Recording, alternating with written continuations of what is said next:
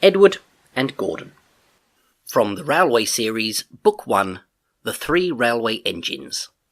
Published 1945, Great Britain. Written by the Reverend W. Awdry. One of the engines in Edward's shed was called Gordon. He was very big and very proud. "You watch me this afternoon, little Edward," he boasted, "as I rush through with the express. That will be a splendid sight for you." Just then his driver pulled the lever. "Goodbye, little Edward," said Gordon as he puffed away. "Look out for me this afternoon." Edward went off too, to do some shunting. Edward liked shunting. It was fun playing with trucks. He would come up quietly and give them a pull. "Oh, oh, oh, oh, oh!" screamed the trucks. "Whatever is happening?" Then he would stop, and the silly trucks would go bump into each other. "Oh, oh, oh, oh!" they cried again. Edward pushed them until they were running nicely, and when they weren't expecting it, he would stop. One of them would be sure to run onto the other line. Edward played until there were no more trucks, and then he stopped to rest. Presently he heard a whistle. Gordon came puffing along, very slowly and very crossly. Instead of nice shining coaches, he was pulling a lot of very dirty coal trucks. "A goods train, a goods train, a goods train," he grumbled. "The shame of it, the shame of it, the shame of it." He went slowly through, with the trucks clattering and banging behind him. Edward laughed and went to find some more trucks.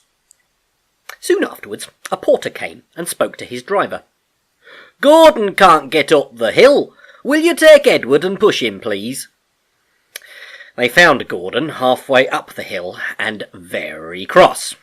His driver and fireman were talking to him severely. "You are not trying," they told him. "I can't do it," said Gordon. "The noisy trucks hold an engine back so.